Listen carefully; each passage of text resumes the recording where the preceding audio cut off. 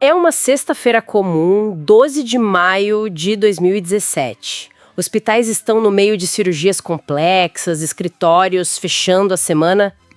O transporte público ali operando no horário de pico, um dia perfeitamente normal. Exato. E de repente, sem nenhum aviso prévio, em 150 países simultaneamente, 200 mil telas de computador ficam vermelhas. O papel de parede habitual simplesmente desaparece da tela. Isso. E no lugar surge aquela imagem ameaçadora de um cadeado gigante, instruções de pagamento e um cronômetro, sabe, em contagem regressiva. Foi uma paralisia global quase instantânea. Infraestruturas críticas, desde montadoras de carros até sistemas de saúde, simplesmente deixaram de funcionar.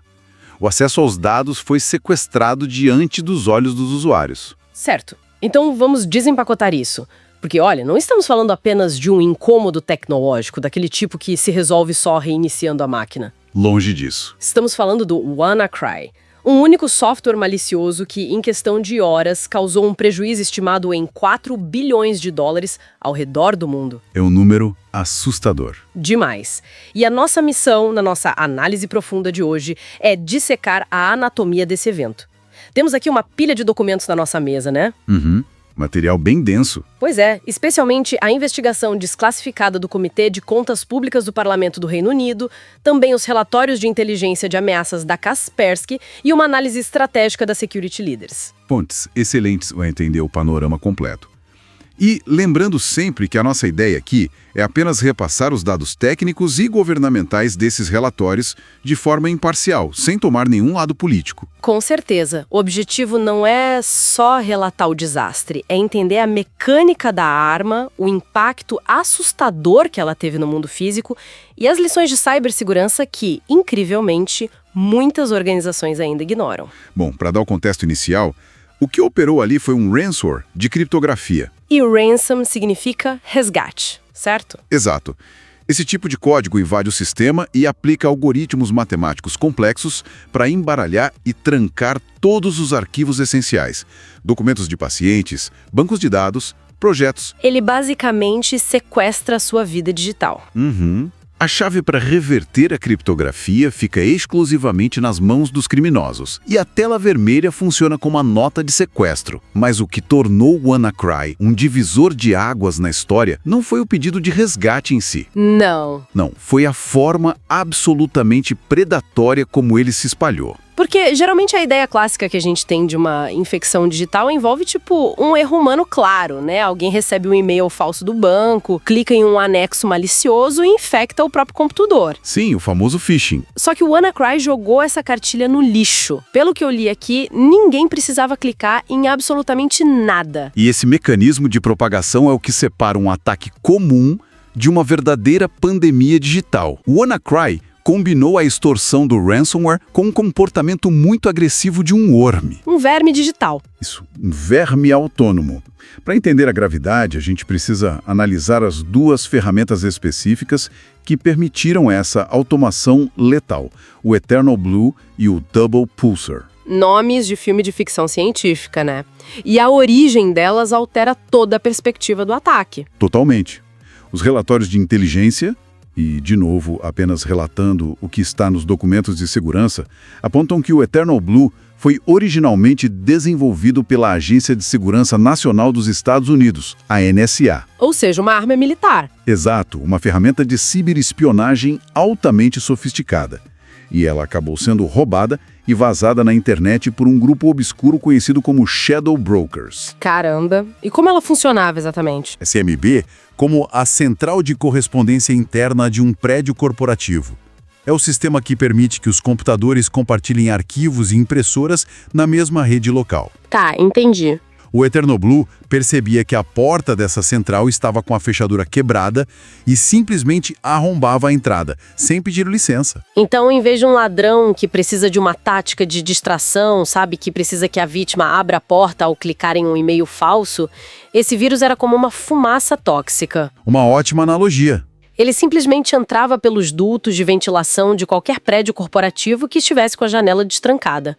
E uma vez lá dentro, o que acontecia? Uma vez lá dentro, entrava em cena o Double Pulsar. Se o Eternal Blue arrombava a porta, o Double Pulsar era a cunha colocada debaixo dela para garantir que ficasse aberta para sempre. Backdoor. Isso. Uma porta dos fundos invisível. Ele injetava o ransomware silenciosamente na memória do computador e imediatamente começava a escanear a rede, procurando a próxima máquina vulnerável. Tudo isso sozinho. De forma exponencial e autônoma. Uma máquina infectava 10 em segundos, que infectavam 100, que infectavam milhares. O que, sinceramente, é uma questão muito revoltante. Se essa era uma falha no sistema operacional mais usado do mundo, a Microsoft não sabia que o chão estava desabando? Olha, o que é fascinante aqui é que a Microsoft sabia perfeitamente da falha. Sabia? Sabia. Na verdade, a empresa tinha lançado um patch, uma atualização de correção de segurança, em março de 2017. Espera aí, quase 2 meses inteiros antes do ataque global de maio? Exatamente. Se as redes ao redor do mundo tivessem aplicado essa atualização simples, o Eternal Blue teria batido em uma parede de tijolos. O ataque simplesmente não teria acontecido em larga escala. Nossa, saber que havia uma vacina disponível meses antes torna o que aconteceu depois quase doloroso de ler. É a grande tragédia dessa história. Porque, quando olhamos para a investigação oficial do Parlamento Britânico sobre o colapso do Serviço Nacional de Saúde, o famoso NHS, fica claro que o vírus não encontrou apenas algumas portas destrancadas. Encontrou um sistema de saúde inteiro operando com as janelas escancaradas para aquela fumaça tóxica que você mencionou. Sim, o relatório parlamentar mapeia a devastação física gerada por esse código digital. E pelo que consta, o NHS nem era o alvo deliberado dos criminosos, né? Não foi um dano colateral colossal devido à superfície de ataque desprotegida deles, que era enorme. 80 das 236 fundações hospitalares do país sofreram paralisia parcial ou total. E mais de 600 organizações de atenção primária, tipo clínicas e postos locais, perderam acesso a registros. Os dados do relatório trazem um custo humano que me deixou chocada. Os números são difíceis de engolir. 19 mil consultas e operações cirúrgicas precisaram ser canceladas de última hora. Ambulâncias transportando pacientes em estado crítico foram forçadas a desviar as rotas e procurar hospitais mais distantes. Tudo porque os setores de emergência não conseguiam receber exames de sangue ou acessar históricos médicos vitais. O custo direto e indireto para os cofres públicos ultrapassou os 92 milhões de libras. Mas aqui é onde a coisa fica realmente interessante e até um pouco frustrante.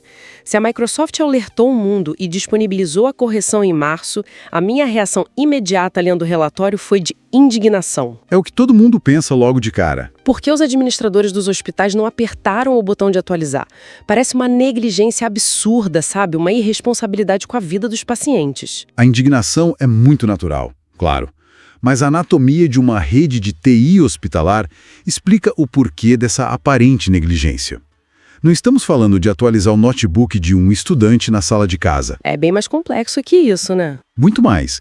Dentro de um hospital, a infraestrutura inclui equipamentos de suporte à vida e de diagnóstico que são extremamente sensíveis.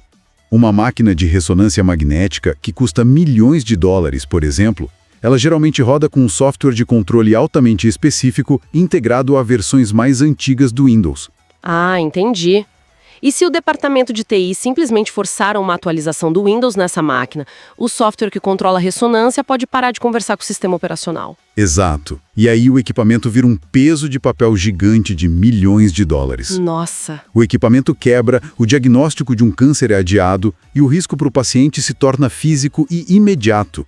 Qualquer alteração nesses sistemas requer meses de testes de compatibilidade e certificação por parte dos fabricantes dos equipamentos. Faz todo sentido. E o relatório revelou que uma fatia imensa da infraestrutura de saúde britânica rodava o Windows 7, que já estava caminhando para a obsolescência. E tem o dado mais assustador. Chocante 5% de todo o sistema ainda dependiam do Windows XP. Windows XP em 2017. Sim, uma plataforma cuja arquitetura já não suportava as defesas modernas de forma eficiente de jeito nenhum. E a investigação do Comitê de Contas Públicas também aponta o dedo para um problema crônico de recursos humanos. Pelo visto, não havia um exército de profissionais cuidando das defesas dessa infraestrutura vasta. A escassez de talentos era assustadora. O relatório diz que o NHS Digital, que era o centro nervoso tecnológico do sistema deles, tinha entre 18 e 20 especialistas em cibersegurança altamente qualificados. 18 a 20 pessoas para o país inteiro. Para monitorar todo o território nacional. É uma assimetria defensiva absurda. É fisicamente impossível blindar centenas de hospitais, milhares de dispositivos médicos e dezenas de milhares de computadores contra armamento cibernético militar com uma equipe desse tamanho. A conta não fecha. O que nos traz a cena mais surreal relatada pelos investigadores: o caos da comunicação. Essa parte parece cena de filme. Totalmente.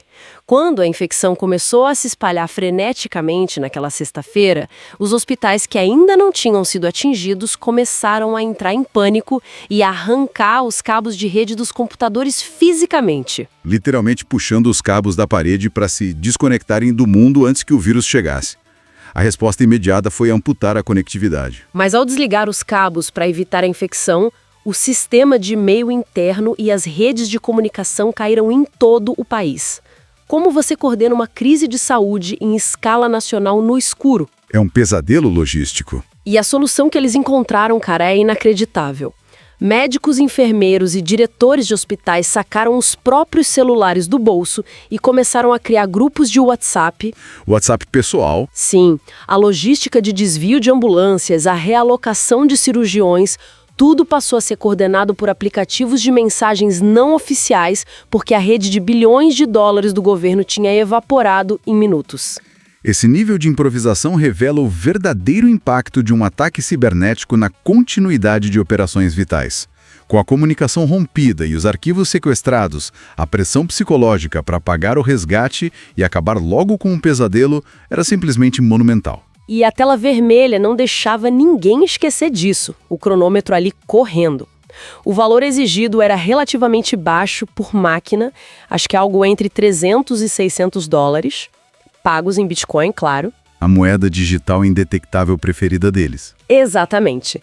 A chantagem era explícita. Ou o pagamento cai na conta em 72 horas, ou os dados médicos, operacionais e financeiros desaparecem para sempre. O que nos leva àquela análise técnica da Kaspersky sobre a economia do ransomware. A regra de ouro estabelecida pela comunidade global de inteligência é inegociável. Jamais financie os cibercriminosos pagando o resgate. Nunca. A teoria de que não se negocia com terroristas faz sentido moralmente. Mas para um diretor de hospital com pacientes em risco de vida, 300 dólares parece um preço incrivelmente barato para recuperar o controle, sabe? O que garantia que os dados não voltariam se eles pagassem? Bom, além do fato óbvio de que criminosos não oferecem garantias contratuais de devolução, o WannaCry continha um detalhe técnico bem sombrio na sua engenharia financeira. Que detalhe? O código do sistema de cobrança era extremamente rudimentar. Beirava um amadorismo absurdo, o que contrasta de forma muito chocante com o armamento super sofisticado do Eternal Blue. Espera, como um vírus capaz de paralisar mais de 100 países pode ter uma cobrança amadora? Pois é. Um ransomware com fins lucrativos precisa de um mecanismo lógico para saber quem pagou a conta. Geralmente, os criminosos programam o vírus para gerar uma carteira de Bitcoin exclusiva e diferente para cada vítima. Entendi. Automatizando o envio da chave de desbloqueio assim que o pagamento cai na carteira específica. Exato. Vira um negócio escalável. Só que o WannaCry não tinha isso.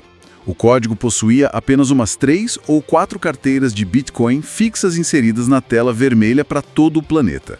O que significa que se um hospital em Londres, uma fábrica na Alemanha e um escritório no Brasil mandassem o dinheiro para a mesma conta, os hackers não teriam como saber quem era quem. Exatamente. Eles veriam o saldo subir lá do outro lado da tela, mas não teriam a menor ideia de qual pagamento pertencia a qual computador.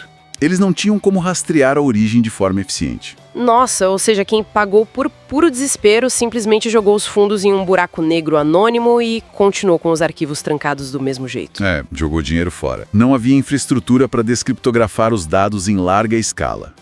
E essa falha de design tão grosseira alimenta uma tese muito forte entre os analistas de inteligência. Qual tese? De que o grupo responsável, e aqui vale reforçar que há fortes suspeitas nos relatórios de que tenha sido o Lazarus Group, que tem ligações com a Coreia do Norte. Lembrando que apenas repassamos o que os analistas dizem. Claro, mantendo a nossa neutralidade aqui. A tese é que esse grupo não estava fundamentalmente interessado no dinheiro. A tela de resgate pode ter sido apenas uma camuflagem, sabe, um pretexto barato. O objetivo real era testar a arma de caos global. O lucro era secundário à destruição. E a destruição teria sido incalculavelmente pior se não fosse pelo que o relatório britânico chama, literalmente, de sorte. Porque o mundo não foi salvo por uma agência governamental super secreta ou uma corporação gigante naquela sexta-feira. Não mesmo. Foi salvo por um botão de emergência escondido no próprio código do vírus, o famoso kill switch, tipo um interruptor de emergência. A descoberta desse kill switch é um estudo de caso muito fascinante sobre os bastidores da pesquisa de segurança. Na noite daquele mesmo dia 12, enquanto o mundo inteiro entrava em pânico, um pesquisador de cibersegurança independente estava em casa. Sozinho no quarto dele, basicamente. Isso. Ele estava dissecando as entranhas do código do WannaCry e ele encontrou uma anomalia. Antes de iniciar o processo de encriptação do computador da vítima, o vírus executava uma rotina bem estranha. Ele tentava se conectar a um domínio de internet absurdamente longo e sem sentido. Um site que não existia. Exato. Um site que não levava a lugar nenhum. Mas por que um vírus super sofisticado tentaria acessar um site aleatório que não existe? Para entender essa mecânica, a gente precisa olhar para como os pesquisadores estudam malwares. Eles usam o que chamamos de sandboxes, ou caixas de areia. Aqueles ambientes virtuais isolados. Isso é um computador falso criado em laboratório, desenhado especificamente para você soltar o vírus lá dentro e observar o que ele faz, sem risco dele escapar e infectar redes reais. Mas os criadores de vírus sabem disso, né? Ah, então é um jogo de gato e rato. Completamente. Para evitar que a criação deles sejam analisadas e as táticas descobertas, eles inserem truques. A sandbox simula a internet inteira. Se o vírus dentro daquele ambiente controlado tentar acessar qualquer site, a sandbox vai interceptar a tentativa. E responder fingindo que o site está online para encorajar o vírus a agir e mostrar suas garras. Perfeito. Então, o código do WannaCry estava, na verdade, fazendo um teste de realidade. Ele tentava acessar um domínio que não existia no mundo real. Se ele recebesse uma resposta dizendo, olá, este site está online, ele perceberia na hora. Estou sendo enganado. Estou dentro de uma sandbox, sendo vigiado por pesquisadores. O raciocínio dos programadores do vírus foi brilhante nesse ponto. Se o vírus obtivesse resposta daquele domínio caótico, ele ativaria seu mecanismo de autodestruição para esconder suas capacidades e não ser analisado. Genial! Mas o que o pesquisador independente fez naquela noite de sexta-feira foi usar a arma contra si mesma. Ao perceber essa rotina, ele gastou cerca de $10 e registrou aquele domínio longo e sem sentido na internet real. O site passou a existir e a responder a conexões. E o impacto disso foi imediato. A partir daquele momento exato, cada cópia do WannaCry, operando no mundo inteiro, tentou fazer a checagem. Como o domínio agora estava real e online no mundo todo, o vírus recebeu a resposta. A lógica programada no código entrou em ação contra eles mesmos. Todas as cópias do vírus em circulação acreditaram simultaneamente que estavam presas dentro de um ambiente de análise e simplesmente se desligaram. O registro de um domínio de $10 freou a pior pandemia digital da história.